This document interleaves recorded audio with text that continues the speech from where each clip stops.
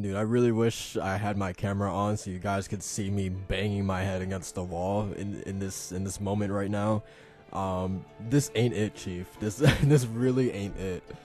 Oh man, dude, I feel like the stars aligned because it's just so perfect to me that they dropped this little teaser on Halloween. Like it's I just feel like it's just perfect. It couldn't have been any other day, right? So today we got a little 20-second teaser of Henry Cavill as Geralt of Rivia in costume for the first time today.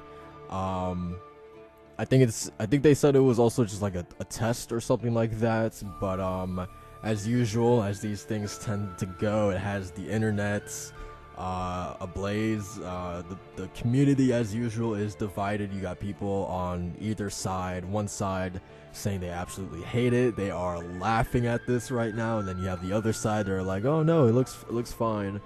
Um, so yeah, I want to talk about my just my 2 cents about the design, how he looks in costume, and as well as we also got some information in terms of a little bit more casting. We got to learn who exactly is going to be playing Dandelion, and a huge surprise to me is Cahir. I did not expect Cahir to be involved in season one, especially. So finding out that he is in this was like, it blew my mind, and I'm incredibly excited, but also have my reservations, and I guess I'll explain that later on. But yeah, definitely going to talk about those in particular. We also got to learn about who's going to be playing Triss Marigold. I don't know, man. That might that might deserve a video all on itself. But yeah, for anyone interested, we also got to learn that who exactly is going to be playing Triss. So yeah, without further ado, let's get into the video. All right, so let's talk about this look. I think from what I've been able to gather online, people's main issue, the recurring theme that I'm seeing, is the no beard, the absence of the scars, the fact that he looks really clean. He doesn't look rough and rugged like he does in Witcher 3, because Witcher 3 Geralt is, for a lot of people, in my mind, I always I make the assumption, I think it's a pretty safe assumption at that the games are more popular than the books. Of course, the books have their audience not only in Poland but outside of Poland. Like, they do have the books do have a huge following. But I don't know. I feel like it's pretty safe to say that the games are more popular. Like, a lot of people, their first exposure to The Witcher is through, more than likely, The Witcher 3 more than anything else. So with that being the case, I feel like Witcher 3 version of Geralt, the older version of him, the one with the full beard, I feel like that is everyone's definitive Geralt. Like, when they whenever The Witcher is brought up in a conversation, whenever someone talks about it or whatever, the Witcher 3 version of Geralt is what people picture. Like, that is what people imagine, at least in my mind. I feel like that version of Geralt, that look of Geralt, how he looks in that game, is the definitive Geralt in terms of appearance wise. So I think it's definitely, there's going to be a little bit of a disconnect for the people who have played the games and the people who have read the books, who know that he doesn't really like having a beard. And since this is taking place before the games, he's probably going to have less scars than he does in Wild Hunt. So I definitely don't blame people for having that image of Wild Hunt Geralt and just wanting to see that on the big screen. I definitely sympathize with that. So that's the whole beard issue. I'm like kind of whatever on it. Like, I don't need it in there. It would be nice to see it, but it doesn't make or break it for me. Now, I will completely agree with the whole scars kind of issue. Not just the fact that it looks like he's just completely free of them, and I don't remember exactly if he got the scar over his left eye from the books or in the games. I really don't remember that happening in the books. If someone remembers if it did, then please let me know in the comments. But I don't remember him getting that scar in the books.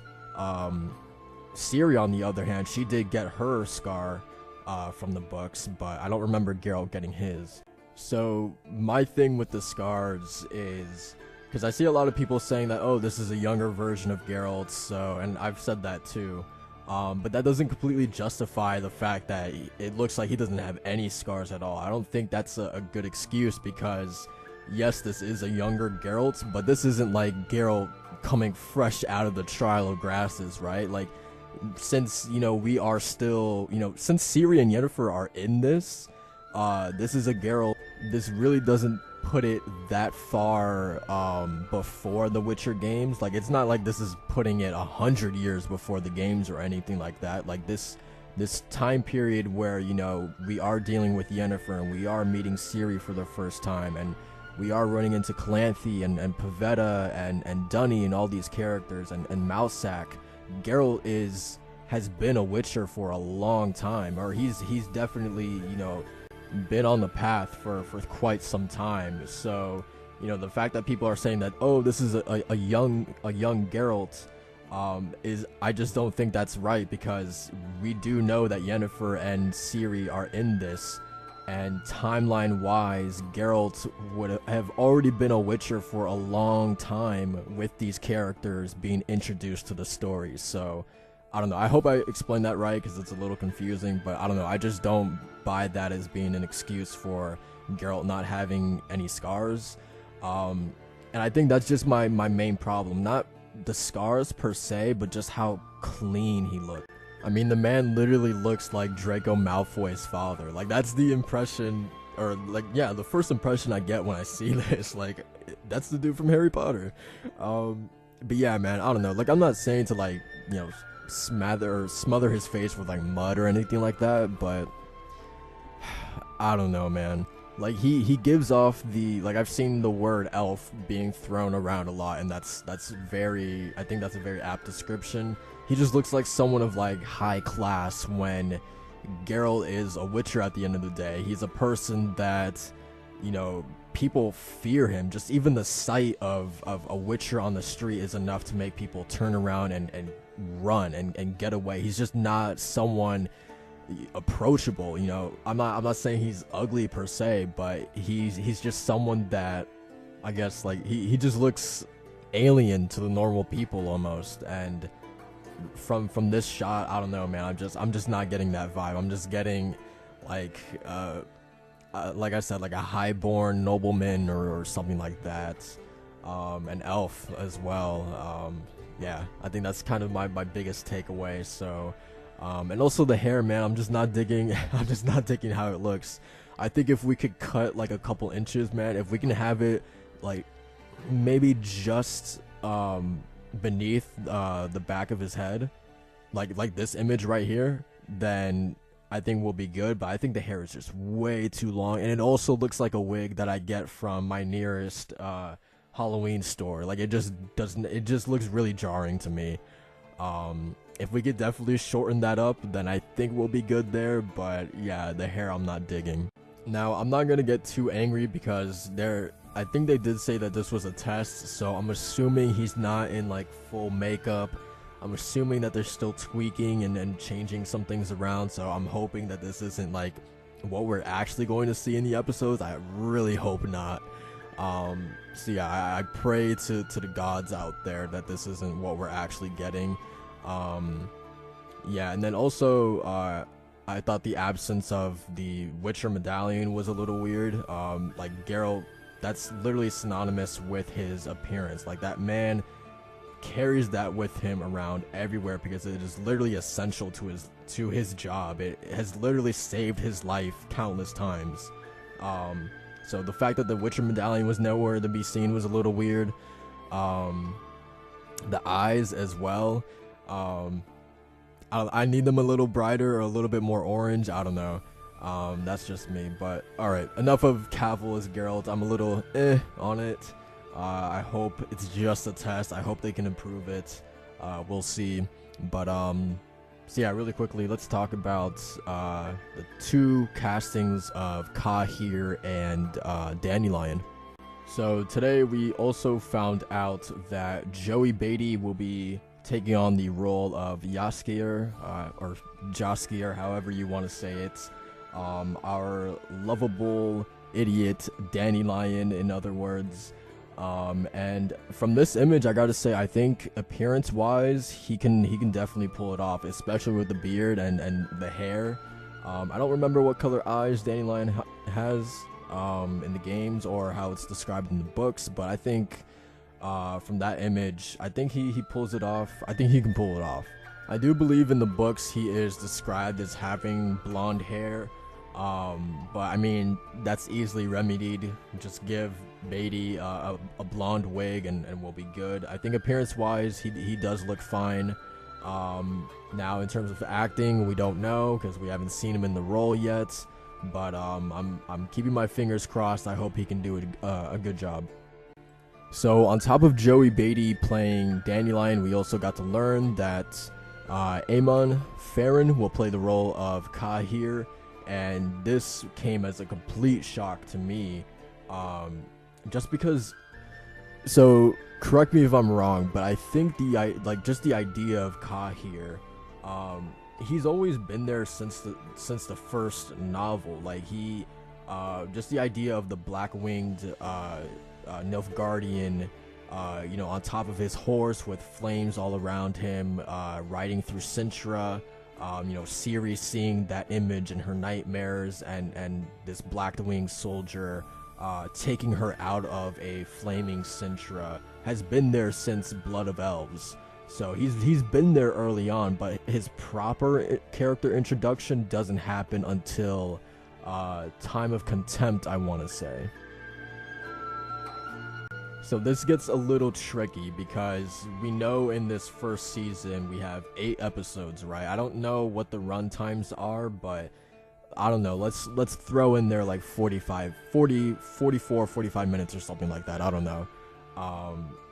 Complete guess on my part, but you would think that they would have to run through the most important bits of Last Wish, right? Because we need to introduce Yennefer and Geralt's relationship, right? We need to introduce Ciri's parents, who are Pavetta and Dunny. We need that story in this first season, right? To me, I think those are the most important bits of Last Wish. Also, you probably need some Neneke with Geralt, some establishing that character and who she is to The Witcher. So that's Last Wish, and then you move on to Sword of Destiny. And honestly, for people who don't know, this Sword of Destiny, this book specifically, is a collection of short stories, and in my opinion, I think every single short story in that book could be an episode, a standalone episode by itself. I think the material in Sword of Destiny should really be, shown to the people who have not read the books. I would really, really love that. I definitely do think you need that Essie Davin story just to show a different side to Dandelion's character. Of course, you need the story something more and Sword of Destiny to get Geralt and Ciri meeting for the first time. And then you definitely need the stories about, or the one story about, Geralt, Yennefer, Dandelion, and the Golden Dragon, and the Shard of Ice story, just to show, Geralt and Yennefer's rocky relationship, because for the people who haven't read the books, it will make a lot more sense why Ciri is so essential to the characters of Geralt and Yennefer. Like, she is the something more. Without her, Geralt and Yennefer cannot work together. So I think if you have all of these stories that explain, or at least, demonstrate why Geralt and Yennefer don't work, and then at the end, the final story where, we get introduced to Ciri and she is the thing that binds these two characters together, I think all of that is needed in order to make sense of everything, or just to make everything more enhanced. I don't know. I just feel like everything in Sword of Destiny is needed. So, I don't know. I feel like with all that being said, how many episodes is that realistically? Like, I feel like everything that I just said could be a full season by itself, and that's the thing that gets me a little worried about introducing Cahir right now, because um so after those first two books, we then get into the novels, and like I said, the first novel touches on Cahir, but like just a little bit. So I don't know. I feel like my biggest fear is I just hope that we're not rushing directly into the novels. I'm just concerned that by introducing Cahir, I don't know, I could be totally wrong, but what feels like way too soon, my fear is that we're taking some shortcuts, around here and there. Some characters might not get the time on screen that they deserve, all for the sake of, just rushing to get to the more meatier content. And I don't know, obviously, I don't know how it's going to go down. I could be completely wrong, but this is just, what I'm thinking by what I'm seeing. By seeing that Cahir is even in the first season, that's what immediately comes to my mind. I don't know why, man. I don't know why I'm a pessimist, but yeah, I guess just to put it into perspective, this is a character that doesn't really get, we get a glimpse, really, just a little glimpse of this guy in the third book. Technically the first book of the novels, but third book when we talk about, everything that Sapkowski has written, or just the timeline in general.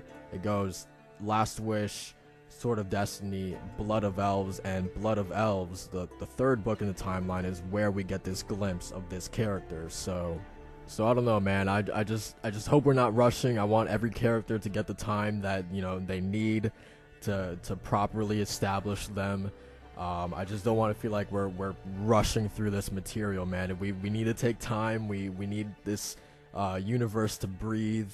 I just don't want to feel like we're rushing through it. But then again, who knows, man? They could be changing up some things, introducing characters sooner than later, changing backgrounds like Fringilla Vigo. Well, now I have to end the video after that. So yeah, I guess I'm out. I'll see you guys whenever more Witcher news comes out.